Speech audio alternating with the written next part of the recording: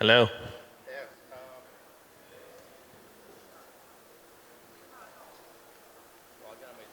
I actually switched it off instead of on. It was off. It was on. I switched it off. That's what happens when you don't get lunch and have too much coffee. So we're here to talk about social fi with Suji.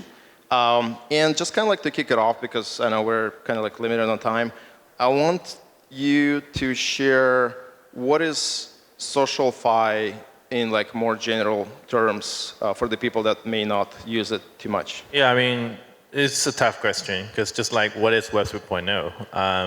I believe we invented the term SocialFi back in 2020 and 2021 when we launched the token that time and we launched Alliance. It's still on the medium. You can search SocialFi, Mass Network, Alliance. We partner like Polygon, SushiSwap. We got around like 10 partners at that time, and we tried to tell them there's DeFi, decentralized finance, there's GameFi, there must be SocialFi coming sometime. And that time people are really, everyone's really happy in the bull market. They're like, oh yeah, it's gonna come next year. So next year will be the year of GameFi or SocialFi altogether. But now it's like being 3 years, and maybe next year is the year of SocialFi. But SocialFi, I think it's some decentralized social, and you have your ownership. So finance means that you have your ownership of your content and you can monetize it. So you put all together, we call it SocialFi, but you can use other terminology like desocial, whatever, and decentralized social network. I think it's pretty much the same thing. Just like Web 3.0 and decentralized web and blockchain crypto. It describes a lot of common stuff. That's in my opinion what is SocialFi. We started Alliance and now more and more people are doing their own SocialFi things. We're happy and I also want to share more story for the past years. Yeah. So you started Mask quite a few years ago, right? Yeah. It probably wasn't social fi at the time. Like, how do you see that progress from where it was in the beginning to today, and then from today to, let's say, 2-3 years from now? Yeah, we started Mask around 2017. I got an idea in 2016, and 2017 I started a company, and later on we raised money and gradually decentralized with the token and other things. So I think we are one of the oldest social projects out there, besides Steemit, which they launched in 2016, I believe. Over the years, we become more patient. I think we just realize it's not easy. It's going to be a really long-term war, and just like the first stable coin, the first algorithm stable coin is on BitShare. That was like, oh my God, 10 years ago. And then the MakerDAO community evolved from these guys, and they found out Ethereum, they built something like that. It took a lot of time. And over the years, we also realized we should not do this alone. Because if it's decentralized, there should be no WeChat app. You can be a super app, but there have to be a super app with 10 different protocols inside the app. So in 2021, when we launched token, we basically let our investor happy. They're like, oh, we already cash out. There's no pressure on you guys anymore. And they start to ask me, oh, Suji, what is the next social thing? I'm like, the social thing is not yet happened. Okay. If you guys interested, we can do a fund to do something together. So we launched a venture fund in 2022, and we started to do a lot of donation through our DAO. A lot of people voting anonymously or propose the donation together. So last year, we did around 2 to 3 million donation, and we did around like 10 million US dollar in the investment to other social protocols. We don't really know which one going to win, but I think likely going to be all together. Well, can you share your thesis for investing in other social protocols? It feels a bit competing, but like, what's your take on that? For example, for the impact investment donation, non-financial investment, we are the largest donor by numbers. We are the largest donor of Mastodon. That's not a big number, We did few 100K donation, and then we donate the human resources to build their official Mastodon app on iOS together with the foundation team in Europe. It is just underestimated. Donald Trump is okay. People don't like him, but when he started the Trump Media Group, he had to fork Mastodon, right? And that's something very important to see the value. And there's as a venture capital, most people cannot donate, but luckily we have a DAO, we have a foundation, and we discuss with all the other OG players. Like, yeah, we just sell some token and donate to them. And they got around more than 20 million users. But these guys don't know crypto or encryption. They know a little bit about decentralization. That's why they run away from Twitter and Facebook. So it's more important to educate them by doing maybe encrypted DM. Yeah. Well, and I guess that's where my next question comes in, is that you said people run away from Facebook and Twitter. Can you tell more why? Yeah, I mean, you just feel uncomfortable. They just feel like, oh, no matter you like this guy or not, someone is deplatformed. And also very interestingly, people run away from Twitter or Facebook is because someone become not deplatformed, right? Like, oh, someone deplatformed, the supporter run away. Someone returned back to Twitter and the hater just run away. And then the funny thing is they found out, oh shit, there's nowhere to go. And they just reunion in the decentralized social space. And the fundamental technology is actually quite similar, no matter Web 2 or Web 3. Yeah. So, well, we use Facebook and Twitter for their reach, right? They have hundreds of millions of users, billions of users.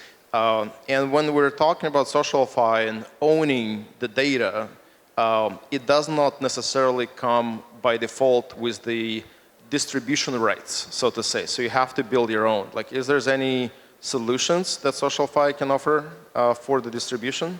Yeah, I mean, there's bad things and good things. The bad things, like people usually over financialize the content.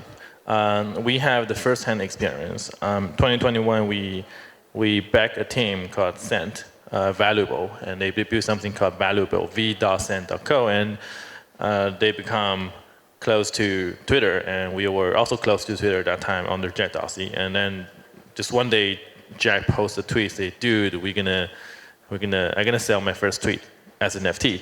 That's like $2 million, $2.5 million. Someone bought it. Now it's only 100K, I guess, even less than 100K. So that's over financialized, and the same thing happened to Friendtech. Like over financialized, people want to buy your key or your share because they're friends or whatever. But the good thing is like it actually have a clear transition of the ownership. So when Jack, as the CEO of Twitter and founder of Twitter, when he sold the tweet as an NFT, what is exactly he's selling? Data? Not sure, because that's probably owned by Twitter.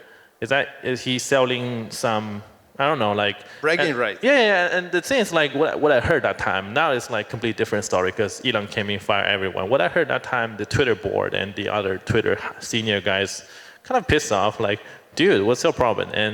But it's like, oh, there's also no legal issue for the CEO and founder of Twitter to sell something that actually seems to belong to Twitter but also belong to you, and then it's $2 million revenue, but somehow it's just go to Bitcoin.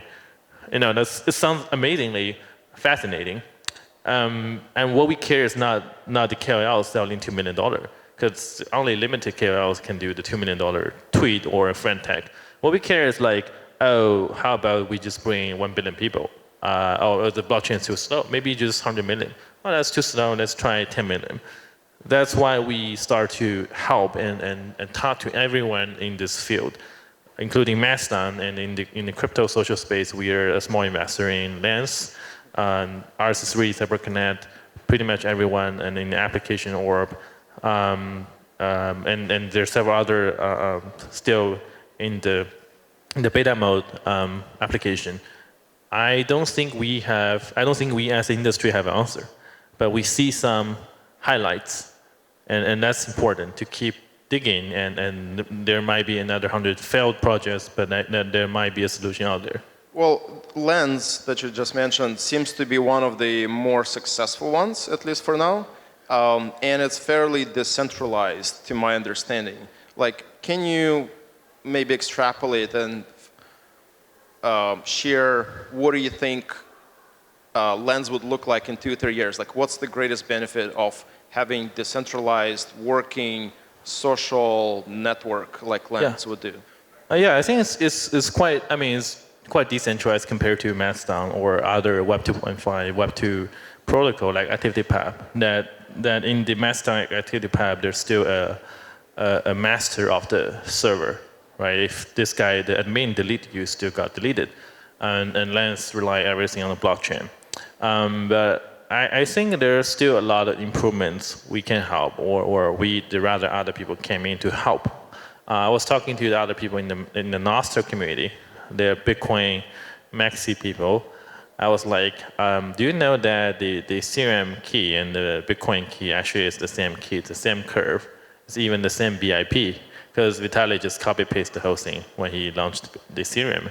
I don't see any reason that you guys don't support each other. They're like, oh, it is Bitcoin, you know.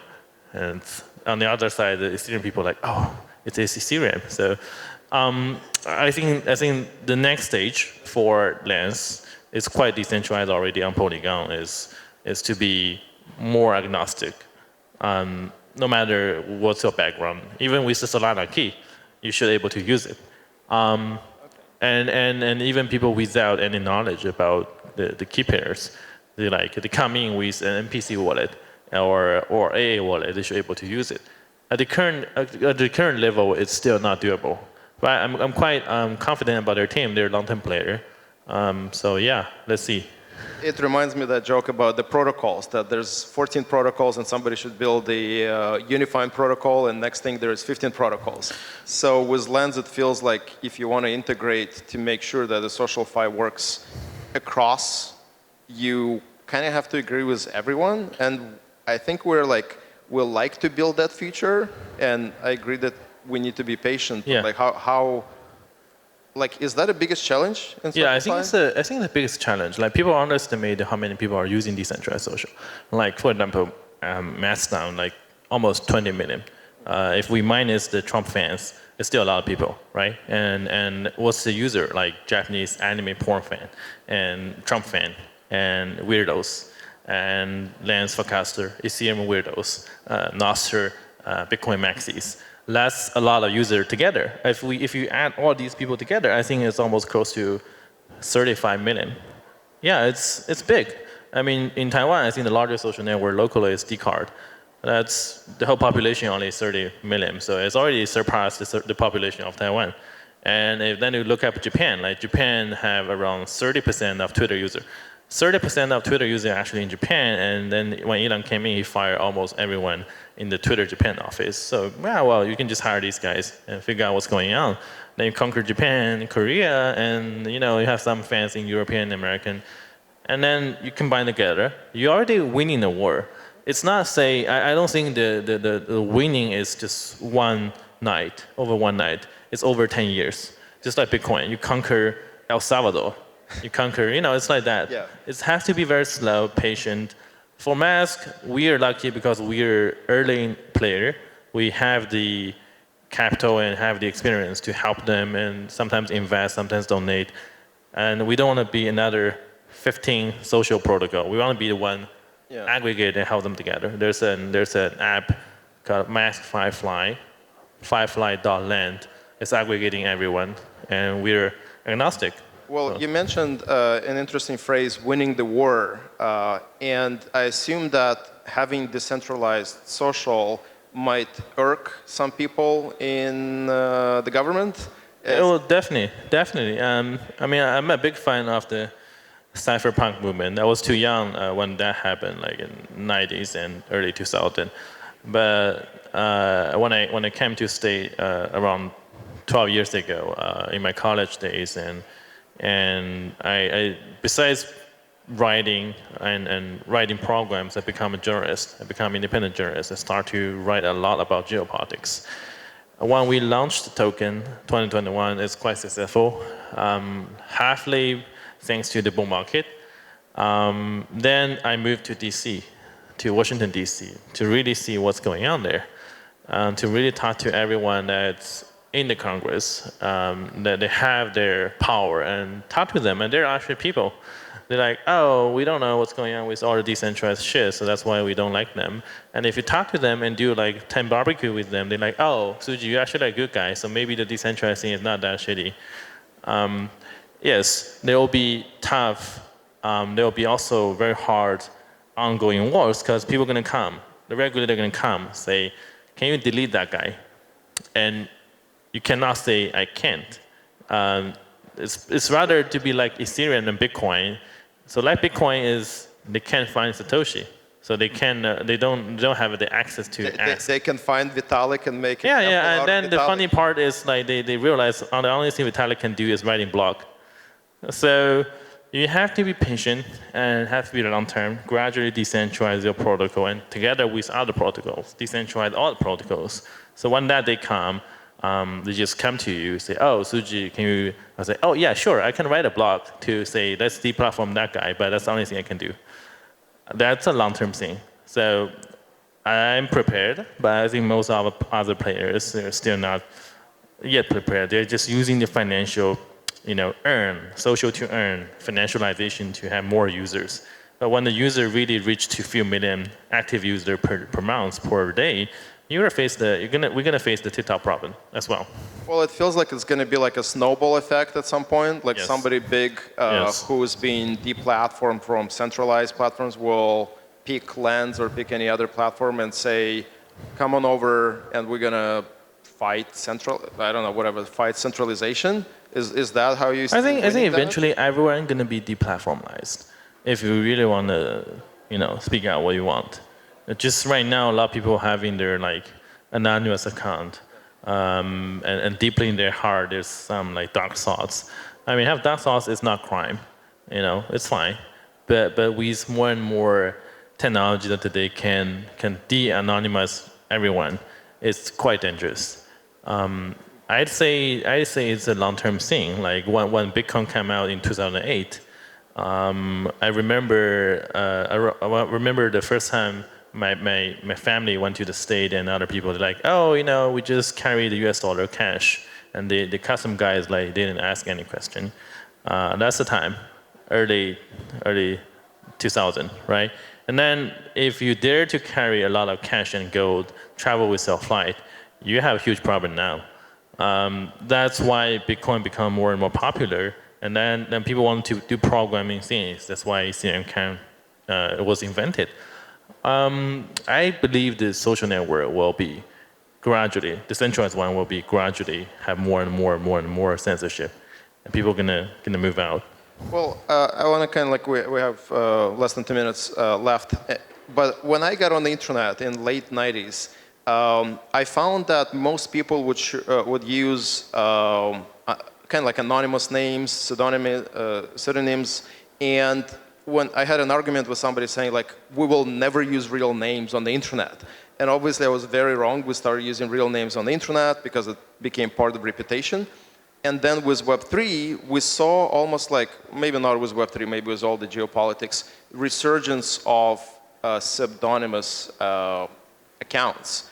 Do you think that in SocialFi, there will be kind of like the continuation of that trend with more people, whether they have dark thoughts or any other thoughts that they want to share without revealing who they are? Yeah, I was born in 1996, so the early internet to me is like ancient history, but it's like pretty old good time. I never really lived there, so it's always like I dream I can live there. But what is real name? The real name is just your parents and your governments, and they just issue an ID, write some random numbers to you, and say, hey, this is your national ID. Remember it. Don't lose it. Otherwise, you cannot travel. I think there's never a real name out there, and eventually we can choose our own name. That's why their pseudonym came out in the internet, right?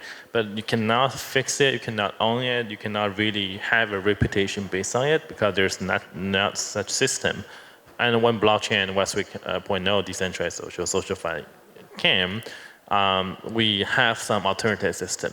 And eventually people are going to vote. People are going to discuss politics. People are going to discuss the next presidency election, whatever, on the decentralized social space. They can gamble who's going to win. It's already happening.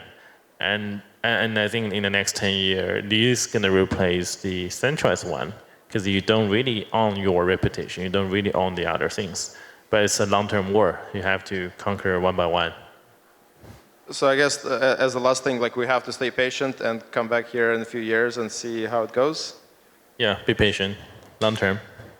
All right, thank you very much. Thank you. Well, that's it. I think we're out of time. So thanks, everyone. Yeah, thank you.